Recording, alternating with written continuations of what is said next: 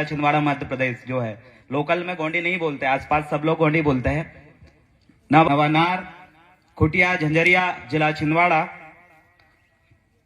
गोंडवाना गणतंत्र पार्टी, जिला मूरसेनाल, छिंदवाड़ा मध्य प्रदेश। गोंडी भाषा दिन आचार मोतीरावन कंगाली, जनुम सावरी, नार दुलारा ता रामटेक, जिला नागपुर महाराष्ट्र। और आज एक प्रार्थना करेंगे, एक संकल्प लेंगे कि आने वाले समय में इस कार्यक्रम को कैसे एक राष्ट्रीय मंच का रूप प्रस्तुत करें। इसके लिए हम सभी युवा संकल्प लेंगे और हम सभी साथी आपका साथ देंगे।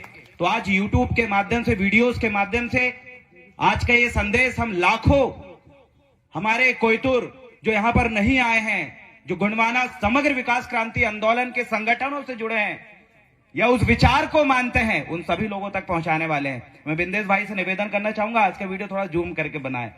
सम्मानीय साथियों, आइए मैं अपनी बात को शुरू करता हूं।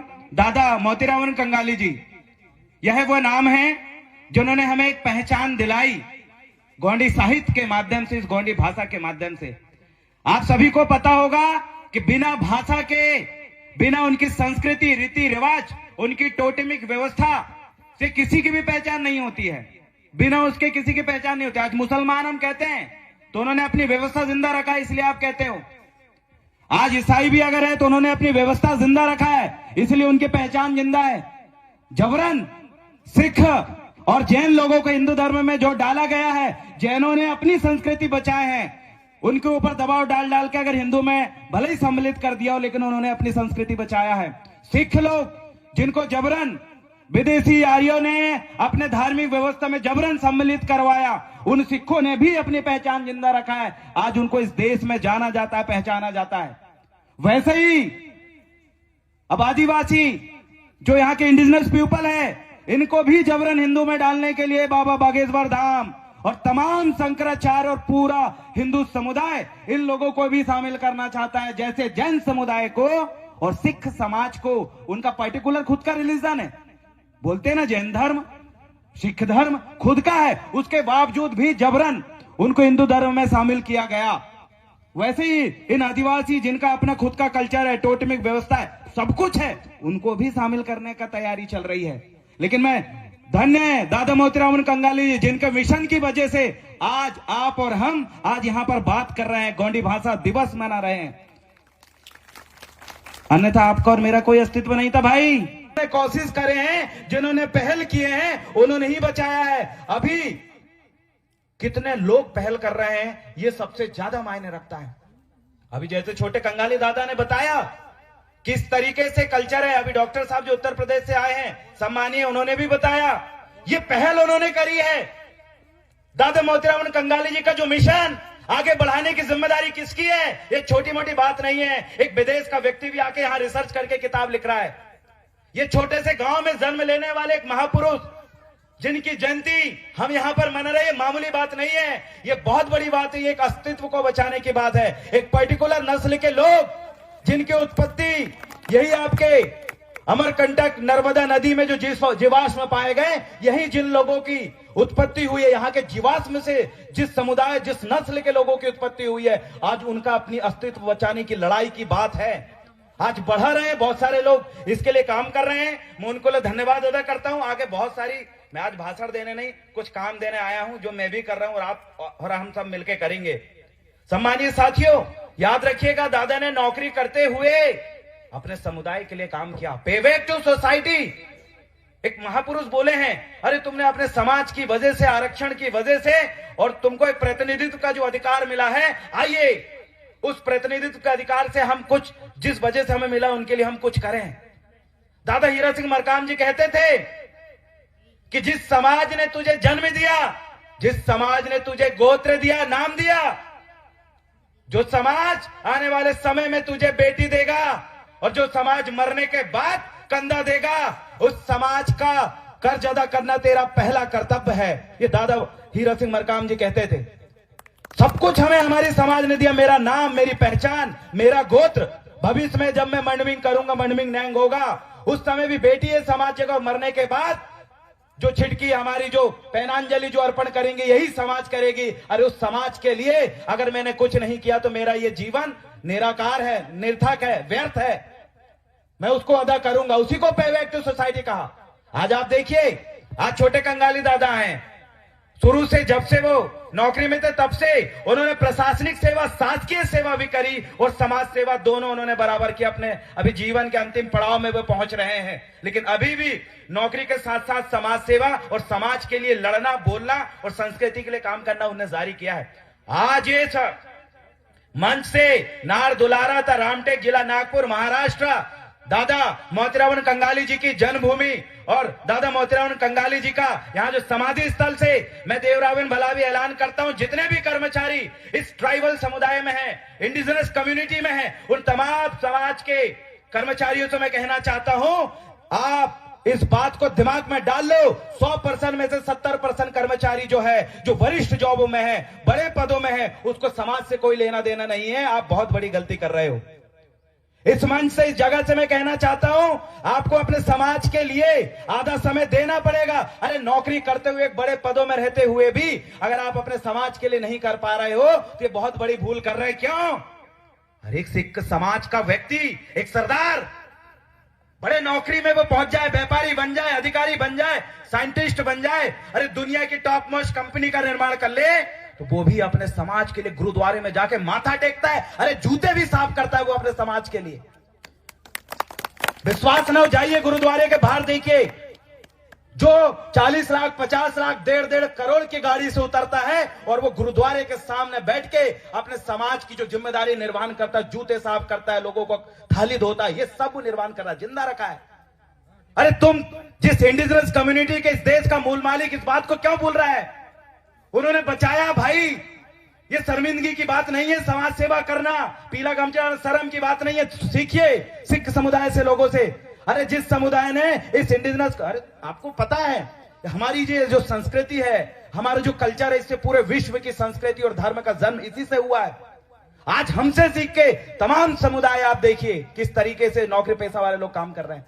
एक मुस्लिम समाज के व्यक्ति देख लीजिए, एक मुस्लिम समाज के व्यक्ति भी, एक कर्मचारी भी, अरे वो कितने बड़े पदों में चल जाए, मस्जिद में जाके माथा टेकता है, नमाज पढ़ता है।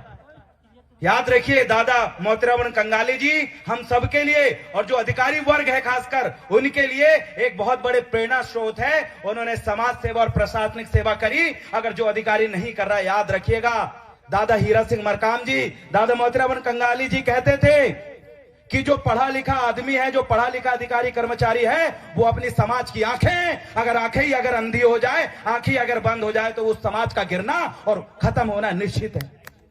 वही हो रहा है। इस देश का मालिक कहा जाने वाला समुदाय क्या हाल हो चुका है देखिए। अरे जमीन लूट रही है, भाषा लूट रही है, बेटियां लूट रही है, आपके पास सोना चांदी कुछ नहीं बचा, जमीन भी नहीं बची, तब लोगों की नजर आपके समाज की महिलाओं पे सब लूटने लगी। क्यों?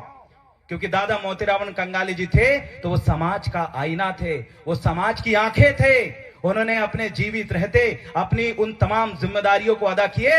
याद रखिएगा, इस दुनिया में लाखों करोड़ों लोग पैदा होते हैं और हर रोज लाखों करोड़ों लोग मर जाते हैं, लेकिन सिर्फ दादा हमारे मोतीराम कंगाली जी का ही जन्म दिवस हम क्यों मना रहे हैं? क्योंकि उनका जन्म दिवस इसलिए मना रहे हैं, इस पूरी समाज के लिए वो जिए थे अपना जीवन।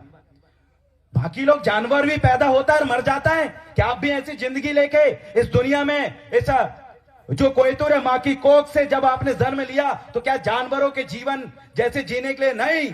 अरे आपका जीवन, आपने जो जन्म लिया है एक विशेष मकसद के लिए लिया है। आप साबित करिए कि आप मां की कोख से जन्म लेने वाले कोयतुर हो, और हर कोयतुर साबित करेगा और अपना समाज का अपना कर्ज अदा करेगा। उस खून जो रगों में आपके अंदर दौड़ रहा है महान पुरखों का, उसका कर्ज अदा करेगा। जो गोत्र लेके वो घूम रहा है, उस गोत्र का कर्ज अदा करेगा। जिस समाज की तूने बेटी लाया है, उस बेटी का कर्ज अदा करेगा। जो समाज ने तुझे दूध पिलाया, जिस मां ने तुझे दूध पिलाया, जिस समाज ने तुझे हंसना, बोलना, गाना सब कुछ सिखाया, उस समाज का कर्ज अदा करना पड़ेगा। इसलिए प्रत्येक इंडिजिनस कम्युनिटी कोयतुर जो पर्सन है, जो हमारा व्यक्ति है, हर किसी का ये कर्तव्य है। इसीलिए आज नार दुलारा से मैं ये निवेदन करना चाहता हूं तमाम व्यक्तियों से जो इस समुदाय में जन्म लिए हैं, आपको अपना कर्ज अदा करना पड़ेगा। अगर कर्ज अदा नहीं करोगे तो जानवरों के माफिक आपकी गिनती भी उन्हीं हजारों सैकड़ों लोगों में, मुर्दों में होगी जो अभी तक वहां दफन है।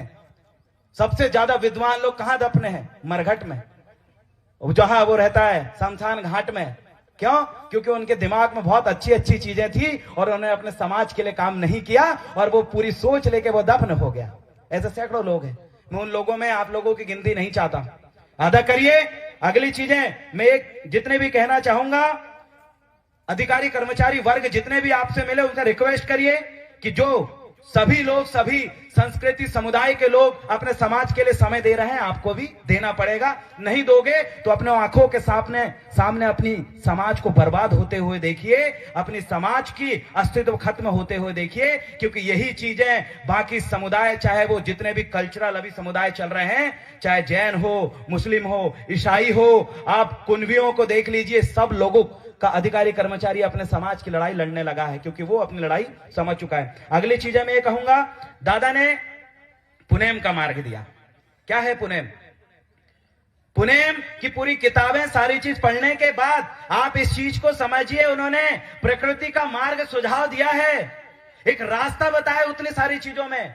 हमारा जो कल्चर है वो किसी किताबों में बंदिश में नहीं रहता। हमारा जो कल्चर, हमारी जो संस्कृति, हमारे जो नैंग दस्तूर है, अरे वो खुला है, आजाद है। पूरी प्रकृति से सीखने के लिए हम लोग आजाद हैं और उसी का मार्ग दादा ने दिए। चाहे हम अपने सुमरनी करते समय जिस तरीके से जो थाली हम घुमाते हैं प्रकृति की दिशा में, जो हम भावर लेते हैं प्रकृति की दिशा में, हमारी ताई सुबह सुबह पेजा बनाने के लिए चकिया घुमाती है प्रकृति, सारी चीजें दादा ने कहे हैं कि प्रकृति का दिशा, जो नेचुरल, जिसे नेचुरल वे हम जिसे कहें, प्रकृति का मार्ग जिसे कहें, उसे ही कोया पुनेम कहते हैं। और पूरी दुनिया आज इस चीज को स्वीकार कर रही है। आज बड़े बड़े धर्म बोलते हैं हमारा धर्म नहीं है। अभी मैंने उनका सुना आरएसएस के मोहन भागवत जी का, उन्होंने कहा हिंदू कोई धर्म नहीं है। क्या है ये? नेचुरल प्रकृति का मार्ग है, ये नेचुरल लाइफ, मतलब साधारण सिंपल, इसी को मतलब जीना ही हिंदू धर्म में बोलता। सोचो, आपकी जो चीजें जो आपको बोलना चाहिए वो व्यक्ति उस मंच से बोल रहा है कि हिंदू धर्म में क्या है? इंसानी रूप में जीना ही। अरे नहीं, उसी को पुनेम कहते हैं, उसी को प्रकृति का मार्ग कहते हैं। जो चीज आपको बोलना चाहिए वो चीज, एक वर्ण व्यवस्था लाने वाला, आप में भेदभाव करने वाले व्यक्ति बोलने लगे हैं। लेकिन उस चीजों को हम अपने दादा मोतीराम कंगाली जी इसी को समझाने के लिए हमारे बीच में जन्म लिए और उन्हें अपना सारा जीवन लगाए कि प्रकृति का मार्ग क्या है, जीव जंतु कैसे उनकी भाषा रही है। हमारे लोग खेतों में जब रहते हैं, जंगल में जब रहते हैं, तो वो नाइट में जो पक्षी किटर किटर करके चिल्लाने लगा, समझ जाते हैं कुछ लड़िया लोखरी, कुछ ना कुछ जंगली जानवर आया है।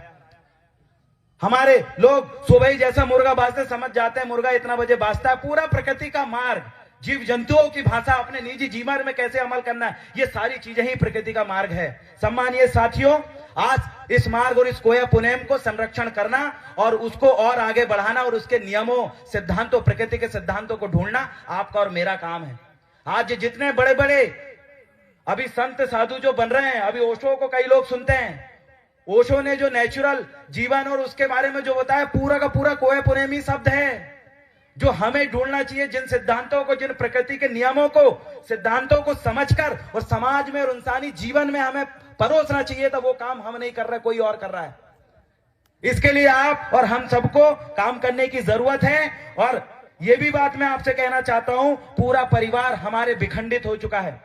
समाज में याद रखिएगा, कोई आंदोलन, चाहे गुणवाना आंदोलन हमारा जो है, कई लोग इससे नाराज होके कई सारी चीजें नए तरीके से संगठन अभी रन कर रहे हैं। चाहे भूमिका संगठन में भी हमने इस चीज को देखा, वही भूमिका संगठन जिसमें दादा मोतीराम कंगाली जी ने हमें संस्कृति और नैंग व्यवस्था को मानने समझने के लिए जिस भूमिका संघ को बनाया, उसमें भी 3-4 प्रकार की चीजें आपसी मतभेद पैदा हुई है।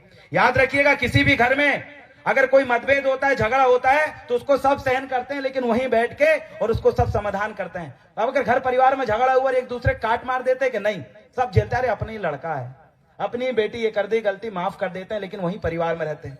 लेकिन ये कौन लोग हैं? क्या ऐसा होता है कि कुछ हुआ और सीधा भाग गए घर से, नहीं रहना, घर परिवार छोड़ दिए? नहीं, परिवार कोई भी चलता है वो आप एक दूसरे के सामंजस्य से चलता है, एक दूसरे की गलतियां जो होती है उनको माफ करना, क्षमा करने से चलता है। लेकिन यहां हमारे आंदोलन में कुछ लोग भाग के नए तरीके से मूवमेंट छेड़ के रखे हैं। आप देखिए, अलग ही जो मनवाद कहता था, उस मनवाद वाला फॉर्मेट घुसाड़ने लगे हैं। हमें बैठ के इस विषय में चिंतन करना है, क्या वो वाकई पुनेम का मार्ग है?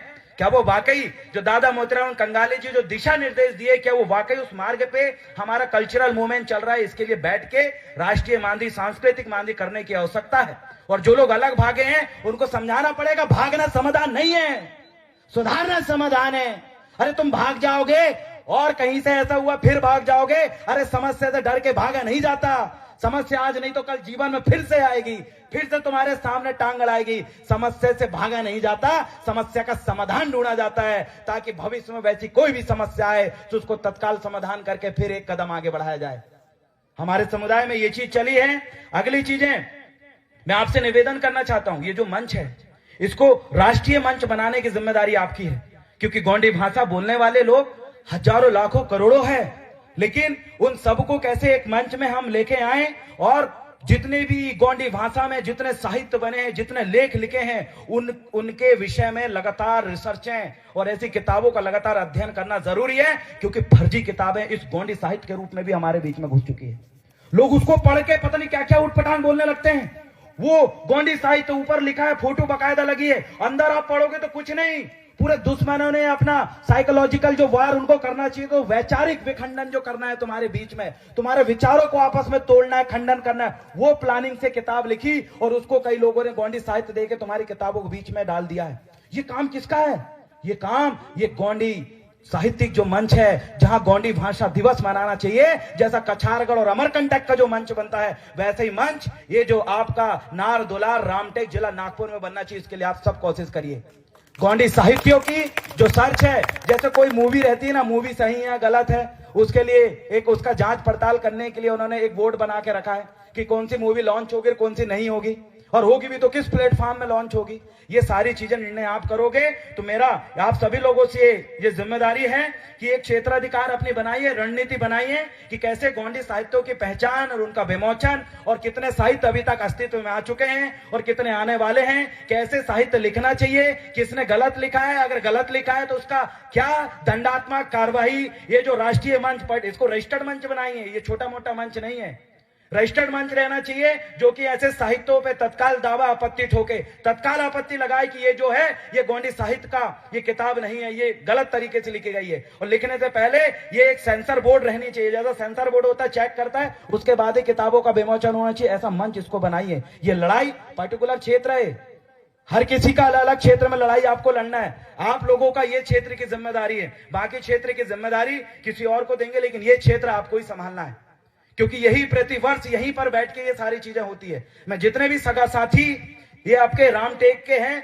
लोकल के हैं, नागपुर के हैं, आपसे मैं निवेदन करना चाहता हूं कि इसको राष्ट्रीय मंच बनाने के लिए एक रिकॉग्नाइज जो संगठन है, जो संस्था है, ऐसे संस्था का निर्माण करें जो कि गोंडी साहित्यों में परखे, सही और गलत साहित्य का उसमें देखें। अगर कोई ने गलत लिखा उसके ऊपर कानूनी कार्रवाई, सामाजिक कार्रवाई, सभी प्रकार की कार्रवाई होनी चाहिए। और भविष्य में कैसे साहित्य लिखें और जो नए बच्चे जो लिखना चाहते हैं उनके लिए कैसे प्रशिक्षण की व्यवस्था हो, नए साहित्यकार जो बनना चाहते हैं उनकी तैयारी कैसी हो, ये समस्त काम पर्टिकुलर ये साहित्यिक क्षेत्र में जिम्मेदारी संभालें। और जो भी कार्यक्रम, जो साहित्य सम्मेलन राष्ट्रीय स्तर पे यहाँ वहां कर्नाटक और बाकी जगह होता है, ऐसी जगह ना होते हुए इस जगह हो जहां पर दादा मोतीराम कंगाली जी का समाधि स्थल है, क्योंकि यहीं से गोंडी भाषा और सारी चीज का संदेश पूरे विश्व में गोंडी बोलने वाले लोग, न्यूजीलैंड में भी गोंडी बोलते हैं, ऑस्ट्रेलिया में भी गोंडी बोलते हैं, कुछ लोग साउथ अफ्रीका में भी बोलते हैं, बहुत बड़ा। तो उसका सेंटर पॉइंट यही होना चाहिए, क्योंकि हम तो दादा मोतीराम कंगाली जी से ही सारी चीज को जानना और समझना और परखना शुरू करें। तो मैं आप सभी साथियों से इस ऐतिहासिक काम की जिम्मेदारी में सौंपता हूं।